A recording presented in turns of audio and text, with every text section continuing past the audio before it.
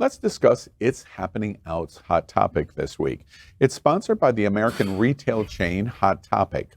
With nearly 700 locations specializing in counterculture-related clothing and accessories representing many varied interests of the LGBTQ plus community, including music, movies, graphic artists, gaming, and more. Hot Topic features one of the largest collections of Pride merchandise that celebrates all aspects of the LGBTQ plus community. Hot Topic is a major supporter of the diversity of our community and supports many events, festivals, and nonprofit LGBTQ plus organizations. And that is why they are the sponsor of It's Happening Out's Hot Topic. Here we go. CSHB 1521 is entitled the Safety in Private Spaces Act. It criminalizes the act of entering a bathroom or changing facility that does not correspond with a gender assignment to an individual at birth. Changing facilities including dressing rooms, fitting rooms, locker rooms, changing rooms, or shower rooms. Now, James Turcha, say it again. Turcha, who is the first transgender man to win Mr. Ramrod here in Fort Lauderdale and went on to International Mr. Leather, has shared a post on social media that we thought was very interesting. He called on all trans men in South Florida to go to nearby schools and universities and use girls' bathrooms and document in protest to these state laws. This week's hot topic is, are we willing to break the law for our rights? What do we think? First, let's focus on his observation. Sure. Trans men go to schools. I love James, and I think that James is such an incredible human being, and his representation is just so far beyond. And he's a great guy. If you've never talked to James, make it a point to have a conversation with him. He's a great guy. I don't know how this would come across. I think about the little girls, and if I was a little girl in school and a dude came into the bathroom, that might traumatize me, and those are the ones that I'm thinking about are the kids. I get the point. I get the protest. I love it. I'm behind you, but there's something there that doesn't make me feel good. And I don't know what it is. What you're saying is there's a line in the sand of protest and then stepping across the line that's too much? That's too much. Well, yeah, because you can get arrested for trespassing, or you can get like a sexual criminal charge that will go on your record forever, and then you can't go 30 miles next to a school. So when these situations came up, we talked about this on the show where drag was going to be illegal. Then I would dress in drag and walk the streets and get paid for it and see if they could arrest me for it. That I'm down with. I'm definitely down with breaking the law. But I don't want to mess with children or schools. Yeah, I think you should aim for like a city hall, the library, or a major sporting event where somebody's going to go, "Hey, he shouldn't Look, we told you. Because that interaction is not going to happen at and so many of us in LGBTQ plus are afraid of children because of all these stories, all these bans, all these things targeted to our community. They're constantly calling us groomers that we don't want to be alone with a kid. I don't know about you guys. I'm a girl and I don't want to be alone with a kid because I'm afraid. As a gay man, there is no reason that a child should ever be in my house if there are not other people there, because it takes one accusation and your life is over. I'm going to err on the side of maybe kind of diving more into understanding the goal. And so maybe schools, meaning maybe I would hopefully imagine universities and not necessarily putting someone in situations where you can get locked up, but maybe pushing the envelope of you're telling me this is what you see me as, but this is who I live as, and now this is what you want me to do, and now this is what you're exposing X, Y, and these folks to because of what you say I am versus who I know I am. And so maybe I kind of maybe I unpack that part. So I don't think that he's going to do it in such a way that anyone would go to jail for pedophilia or go to be on that registry per se. Yeah. But just to make the State House realize that what they're doing is totally wrong to any of our siblings who identify as what they are. The second piece of that is also too, we all, as we answer this question, we look at it from a different set of eyes because we don't live that lived experience where he has. And so in digesting this, I realized that I would not be here at this table, to be very honest, had it not been for someone who pushed the boundaries of whatever it looked like. So meaning going into the restaurants, going into those tables, mixing and mingling and dealing with the whole, just in general, and so to our siblings who may be considering what that looks like for them, hell yeah, if we have to If I have to hold the sign while they get in line, absolutely. I might not be able to speak for what that looks like, but I can hold the sign and hold the protection of them if someone comes at them. And so I would Yeah. think You get that arrested for a protest? I would. Yeah. I think I would. Actually, I know I would because again, I go back That would to end your future career. and it absolutely, absolutely, right? and As a absolutely, black absolutely, man as a black having man, something like that on absolutely. your record, you are done. And that's why I said I think that for the right reasons. I've also marched for I marched for teachers when I was a teacher that could have ended my teacher career because I wanted extra pay, I wanted time off. So we have to look at the ends of the ends justifying the means. Yeah. Now, if they said to where we all went to going to that particular school. Heck no, I'm not. But that university where we can challenge that rule and say, hold on, let's look at this and let's look what the law says and let's challenge that law. Could we win? That's a possibility. The issue, I think, in his challenge is you go to Miami-Dade College in downtown Miami, and he, as a trans man, is going into a women's restroom because the state is saying you are female at birth, so therefore use that restroom. Gotcha. He goes in as Mr. Ramrod in the way he looks in the women's restroom.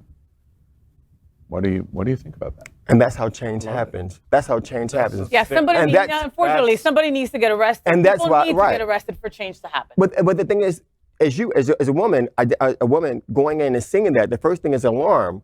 And then that's how change happens, because then you and your cohort can say, you know what, that's wrong. Should not be subjugated to be in this bathroom. But the law has made that happen. But the law has made that happen, and now I've been victimized because so now you need to change it. Okay, now it's interesting because I hear a little bit of a flip. And that's where there you go. Because his challenge has nothing to do with sex at all. First, nothing at all. Nothing at all. There's no sexual Absolutely. innuendo, grooming issue at all. And his challenge is saying, okay, well, if you're going to identify me as a gender-born woman for the rest of my life, then I'll use this restroom. And you get what you asked for. And you get what you asked for. And if I poke you right in the eye, okay, that's that. Yeah. What are you going to do about it? He can't be arrested for his costume. And costume is not the right way. It is even not the right word. The dress presentation, he cannot be arrested for. There's no court, come on. There's no court that's going to say in a speech defense that you can't be dressed. But they no. So let's go back for a second. They will arrest him because he presents. James is a dude. So he is a dude. So the cop comes in the same way we had that joke about the red lights come on. The cops come in, they see James. He's getting in handcuffs. Now the situation changes when they take him to that room, and then I say let's have a conversation. If his ID still says male, he still is James until that other person comes in. And they want to do that search is when things changes. And the law changes when Faye, I'm just going to use you because you're at the table with us, but what Faye is the outcry that says, hey, why is he in my room? Why is he invading in my space? I don't have the freedom to be who I'm supposed to be. And then her cohort come together, her colleagues, each one tell one, and then they go to now Florida, the state legislator, in Jacksonville and Tallahassee, I'm sorry. And they now complain and say, hold on. You told them to come into our bathrooms. We don't have any sanctuary. You need to fix this. And that's only how change happens. And that's only how the civil rights change. There was a very good article about red shirt, and basically the theme of the article was red shirt. And it was an embracement of the bathroom controversy for a trans community. Legislators cannot say you can't be in a room because you wear a red shirt. You can't do that. It's not defensible. The court's not going to allow you to do it. You might get a crazy judge that says that's acceptable, but as it begins to appeal, it would be defeated. This is the exact same thing. You can't tell the male presenting trans man you can't be dressed the way you are and simultaneously say you can't be male. You can't do both things. And so if you're going to enforce the letter of the law, which is the literal interpretation of what you just called Faye out, she's a biological woman. Okay, if you're going to define the male presenting trans man as a biological woman, you can't get the no red shirt also. You can't get both. And as a result, your entire political stunt collapses. Because you can't police a feeling. You can't police who I am. You just can't. I hope he does it, and I hope that people follow him and do it also, because it would send a message, right? Let's talk about history. For us of an age, we remember ACT UP. And it's very controversial even now in LGBT. Some people look back on it and think it was a terrible form of protest. And there are others that say it was the only protest that we had because people were just dying by the thousands and we felt like there was no visibility for us at all. What do we think about the ACT UP model, which is really what's also behind this? He may not realize it or may not think of it that way, but that's really... To be real protest, it has to be disruptive. You're not protesting if you are not ticking somebody off, making somebody very uncomfortable. So I really like the route that he's going with this.